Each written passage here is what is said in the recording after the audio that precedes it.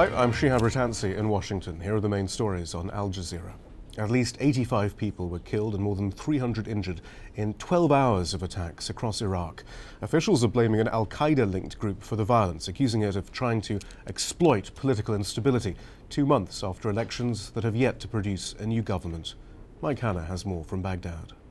No official comment from the government as yet, but this violence taking place against a backdrop of political wrangling, the politicians unable or unwilling to form a government, not able to create an alliance that would give one or other bloc an absolute majority in Parliament. The British Prime Minister Gordon Brown says he will step down from the leadership of the Labour Party this year. It's an attempt to help his party strike a power-sharing deal with the Liberal Democrat Party after last Thursday's election produced no clear winner. But soon after Brown's announcement, the rival Conservatives said they'll agree to one of the Liberal Democrats' key demands, a referendum on electoral reform.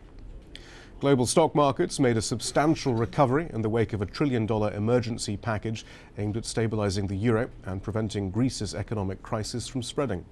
In New York, the Dow Jones gained more than 400 points. The Nasdaq was up 4.8%, and in Europe, the FTSE surged more than 7%. The ballots are being counted after nationwide elections in the Philippines. Benigno Aquino, the third, is leading the 9-candidate presidential race with more than 40% of the votes. Since there's no runoff election in the Philippines, whomever gets the most votes wins.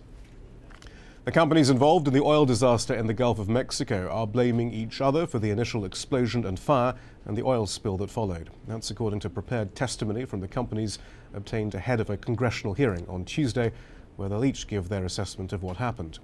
Meanwhile, the oil giant BP is attempting again to plug the oil leak within the next 72 hours by using a new, smaller containment dome. Much more on our website. The address aljazeera.net/English.